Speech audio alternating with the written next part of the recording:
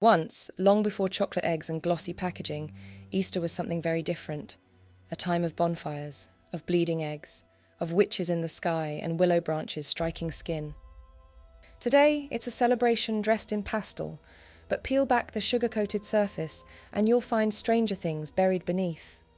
Forgotten gods, fertility rites, fires to ward off the dead. These are the creepy Easter rituals we left behind. Welcome back, Darklings. Long before the resurrection, there was a goddess and a celebration stranger and older than Easter itself. We begin with a name few remember, Ēostre, an ancient spring goddess said to bring the dawn, renewal, rebirth, and rising light. Her story comes from one of the earliest English historians, a monk named Bede, writing in the 8th century. He claimed that long before Easter became a Christian celebration, there were springtime rites held in her honour, when day and night stood equal, the vernal equinox. Though lost to time, the rites can be traced through echoes in older pagan traditions. Bonfires to banish winter, hares sacrificed or released into fields, feasting and festivities. In certain regions, public dances or processions ended in couples disappearing into the woods. It wasn't scandalous, it was ritual. Spring demanded life, and life demanded union. Ash from the fires may have been smeared on the skin or spread in the fields, a blessing, drawn from the death of winter itself. If these rites ever truly happened, they've long since been absorbed or deliberately buried.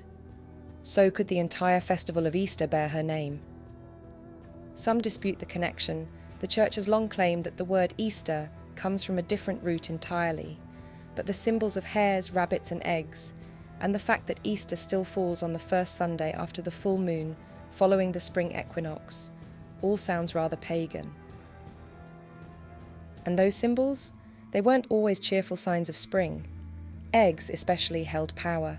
They were buried in fields, laid on graves, broken open not for fun, but for answers, because before the egg became a decoration, it was a vessel of prophecy. In parts of England, it was said that if you cracked an egg at Easter and saw a red streak running through the yolk, someone close to you would die. But eggs could reveal more than death. They were read for signs to predict storms, births, misfortune. Some were even buried in fields to ensure a fertile crop. The egg was not sweet, it was sacred, dangerous. And if that wasn't unsettling enough, some said the egg could trap a spirit. Some traditions believed witches or evil spirits could hide inside an unbroken egg, especially if it had been left uneaten or discarded carelessly.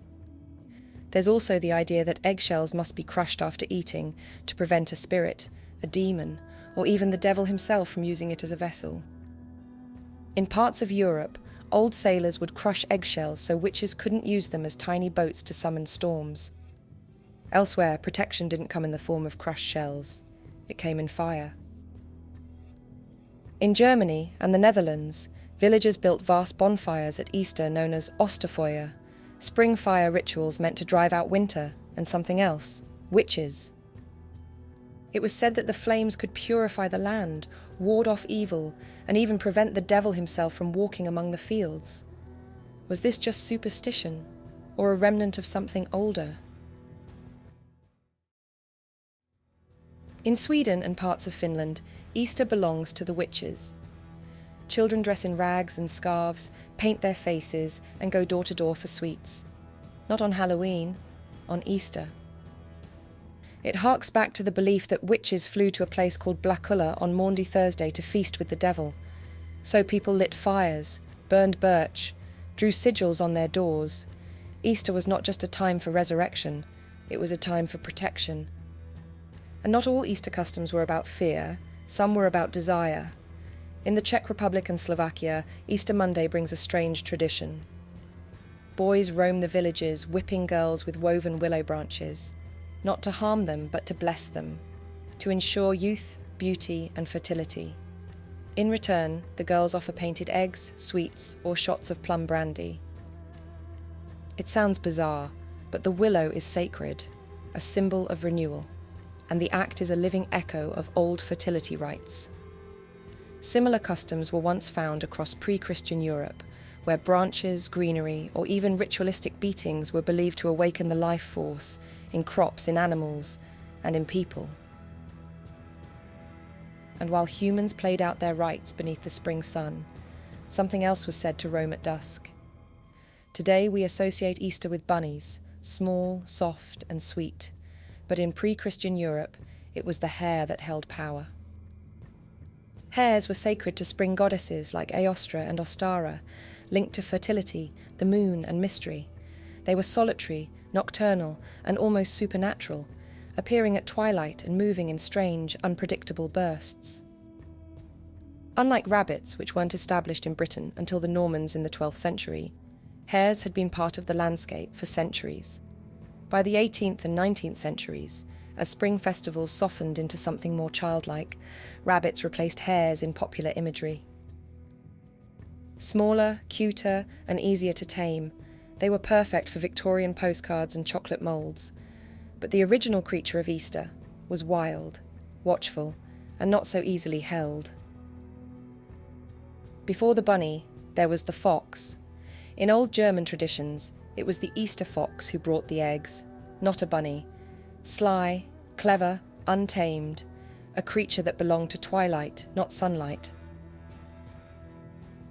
It's a strange detail, and one that appears only in certain German-speaking regions. Why a fox? No one's quite sure. It doesn't lay eggs. It isn't symbolic of fertility. But in older folklore, the fox was a trickster, a shapeshifter, a figure that moved between the wild and the human world. By the 18th century, the fox had faded, and the bunny with its softer image remained. But in other parts of Europe, the season brought something different. Not eggs, not hares, but costumed figures knocking at your door. In the north of England, Easter once meant the arrival of strange visitors.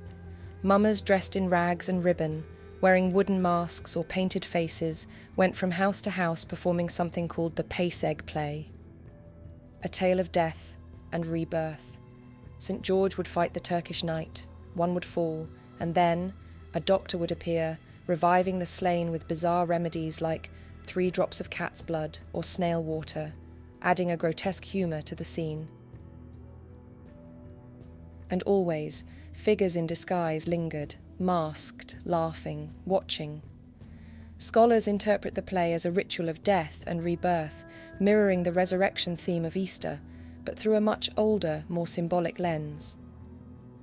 It's not quite Christian and not quite pagan. It's something in between. The characters feel like pantomime, but the themes are ancient: combat, death, revival. Some believe the plays evolved from pre-Christian rites. Others link them to medieval mystery plays, rewritten by local tradition. Either way, it's unsettling. But not all Easter rites took place in village squares. Some were held in graveyards and shared with the dead. In parts of Eastern Europe, Easter isn't just for the living. There's a belief that it opens a thin space between worlds, a liminal time, when spirits are more present, when the veil lifts. Families gather at cemeteries, not in mourning, but in a spirit of connection and quiet celebration. They clean and decorate the graves, often with flowers, greenery, and sometimes painted eggs. They light candles, lay out cloths and blankets, and eat at the grave, symbolically sharing a meal with the deceased. Some speak aloud to their ancestors, others sit in silence, stories are told, prayers are whispered, and in certain places they wait for a sign, a flicker of flame, a bird passing overhead, a sudden breeze, something to show the dead are near and listening. It blends the Christian story of resurrection with something much older, the veneration of ancestors, and the idea that turning seasons holds spiritual power. Strangely, it connects to a tradition still alive today, rolling eggs down hills.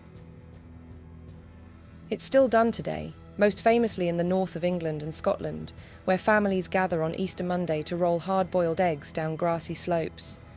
The tradition even crossed the ocean.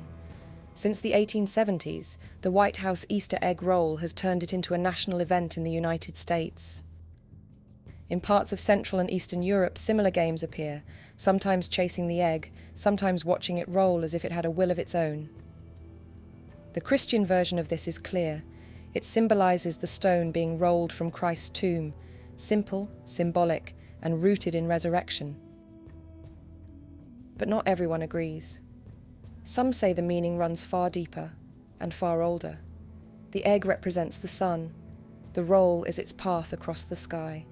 A motion tied not to scripture, but to seasons, to cycles, to the strange rhythm of the earth itself.